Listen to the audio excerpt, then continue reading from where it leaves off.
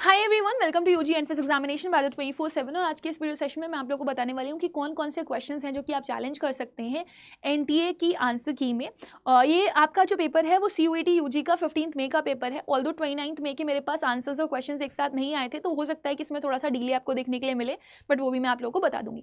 सो दो क्वेश्चन तो परफेक्टली आपको 10 मार्क्स दिलवा सकते हैं। एक क्वेश्चन में there is a kind of ambiguity, क्योंकि वो एक इनडायरेक्ट क्वेश्चन है और टोटली डिपेंड करता है कि आपको आंसर वो करेक्ट देंगे या नहीं देंगे, या वो उसको एक्सेप्ट करेंगे या नहीं करेंगे, क्योंकि वो पैसेज भी खुद क्रिएट कर रहे हैं और आंसर भी खुद क्रिएट कर रहे हैं। बट हम अपना रेफरेंस डाल सकते हैं और हम उसको चैलेंज कर सकते हैं। सो सबसे पहले मैं यहाँ पर एक वर्ड के थ्रू जाना चाहूँगी। देयर वाज अ वर्ड जो कि आपका रिकंसाइल्ड करके वर्ड था, तो वो मैं आपको दिखाना चाहूँगी।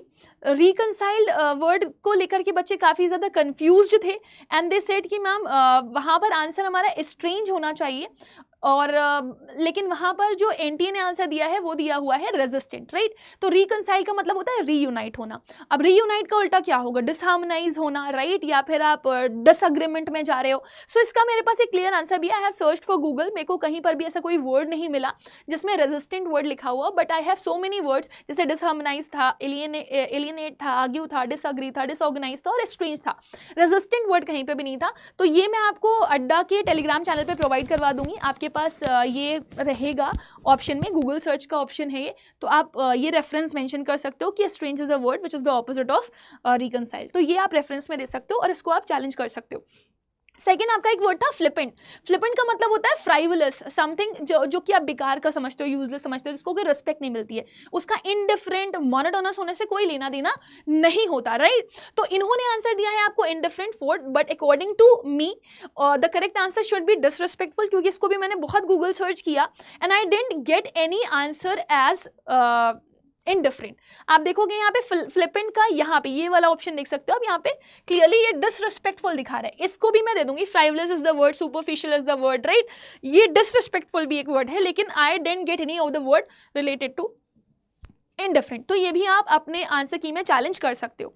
फिर एक और क्वेश्चन है जो कि फ्री विल वाला है। बहुत सारे बच्चे बहुत ज़्यादा क्वेश्चन कर रहे थे, अब लेकिन मैंने आपको बोला ना ये एक इनडायरेक्ट क्वेश्चन है। सो ये पूरा का पूरा इनके ऊपर डिपेंड करता है कि ये इसको एक्सेप्ट करेंगे भी फॉर चैलेंज या नहीं, आई डोंट नो। लेकिन फिर भी आप चैलेंज कर दो। अगर आपको आंसर मिल जाता है, आपका वो आंसर कंसीडर कर लेते हैं और आपको अगर बोनस मार्किंग मिल जाती है, तो आपका ही बेनिफिट है अगर आपने इसमें आंसर किया हुआ है फर्स्ट। तो बेसिकली ये जो पैराग्राफ था, अगर आप इसको पढ़ेंगे पूरा, तो इन्होंने बेसिकली, मैं बताती हूँ पहले इन्होंने आंसर क्या दिया है। इन्होंने आंसर दिया है, do human beings really have free will? क्या इंसानों के पास सच में फ्री विल होती है? तो जनरली हम टाइटल ऑफ द पैसेज कैसे कंसीडर करते हैं? हम टाइटल ऑफ द पैसेज ऐसे कंसीडर करते हैं कि मैक्सिमम हमें क्या चीजें डिस्क्राइब करी गई हैं। सो अब देखो, पैराग्राफ की शुरुआत ही होती है free will say, right. Free will को वो डिफाइन कर रहे हैं, फिर वो हमारे ऊपर आ जाते हैं और हमारे अंदर फ्री विल कैसे आ सकती है वो इस चीज़ को डिफाइन कर रहे हैं, ठीक है ना। We have condition mind, our memories, past impressions and experiences bias shape. तो यहाँ पर भी फ्री विल को ही उन्होंने हमसे रिलेट करके बताया। फिर the only way to experience free will, आप कैसे फ्री विल एक्सपीरियंस कर सकते हो। फिर यहाँ पे आएंगे क्या ना, the above is an exacting definition of free will. फिर डेफिनेशन की बात करने लगे, कह रहे this applies even to our ability. हम हमारी एबिलिटीज पे भी अप्लाई कर सकते हैं, हमारी एबिलिटी पे भी अप्लाई करता है, राइट। नेक्स्ट लिखा हुआ है, if you wish to expand the scope of your agency, अगर आप एक्सपैंड करना चाहते हैं तो यहाँ पर वो फ्री विल क्या होती है, हम उसको अपने अंदर कैसे बिल्ड कर सकते हैं, इसके बारे में बात कर रहा है।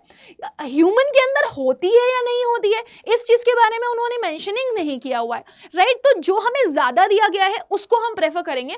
सो ये आप अपना एक हैंड रिटन नोट डाल सकते हो इसके लिए कि as we can see all the paragraphs of the passage, we see that कि फ्री विल क्या होती है और कैसे इंसानों से बिल्ड कर सकता है, इसको मेंशन किया गया है। लेकिन इंसान के अंदर होती है या नहीं होती है, ये बहुत कम पैसेजेस में दिया गया है। So that's why according to me the answer should be definition of free will हमें डिफाइन किया गया है, ना कि ये बताने की कोशिश करी गई है कि इंसानों के अंदर फ्री विल होती है कि नहीं होती है, राइट।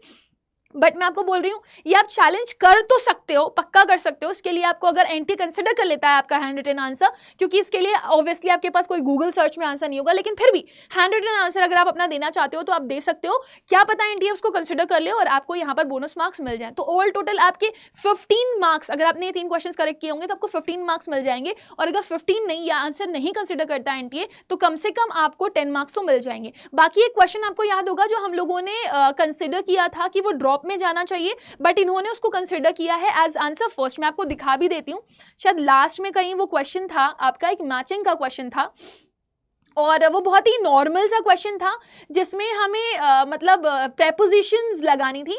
और प्रेपोजिशंस की अगर मैं बात करूं तो प्रेपोजिशंस को लेकर के बच्चे काफ़ी ज़्यादा कंफ्यूज थे। देयर वाज अ वर्ड, ठीक है, इनडिस्टिंग्विशेबल, इनडिस्टिंग्विशेबल के साथ आपकी दो प्रेपोजिशन लगती हैं, टू और फ्रॉम, तो टू लिखा नहीं था, हमने फ्रॉम का रेफरेंस लिया हुआ था, राइट। फिर इसके बाद हमारे पास एक और वर्ड आता है जिसमें लिखा हुआ था डिसिमिलर। डिसिमिलर के साथ हम ऑलवेज प्रेपोजिशन यूज करते हैं टू, तो हम वो ले सकते हैं। एफिनिटी के साथ हम ग्रामेटिकली फिक्स प्रेपोजिशन लेते हैं फॉर, बट कॉन्वर्सेशनल में हम टू भी यूज करते हैं, विद भी यूज करते हैं। अब टू तो पहले यूज हो चुका है, तो हमारे पास ऑप्शन था विद, तो उसको हमने ड्रॉप में लिया था, बट एनसीए ने उसको, जो एनटीए ने आंसर दिया है वो उन्होंने कॉन्वर्सेशनल इंग्लिश के ऊपर बेस्ड आंसर दिया हुआ है। सो इसका आंसर उन्होंने फर्स्ट दिया, तो उसको चैलेंज करने की जरूरत नहीं है आपको, राइट। इसका करेक्ट आंसर आपका फर्स्ट है, फर्स्ट, राइट, फर्स्ट हो सकता है, या फिर ये ड्रॉप होगा, थर्ड नहीं होगा बेटा, क्योंकि ये मैंने चेक किया बहुत ही डिटेल में, और एफिनिटी के साथ मुझे दो और जो वर्ड्स दिखाई दे रहे थे वो आपके विद और टू और दिखाई दे रहे थे, जो आपकी ग्रामेटिकल इंग्लिश में यूज नहीं होते, कॉन्वर्सेशनल इंग्लिश में यूज होते हैं।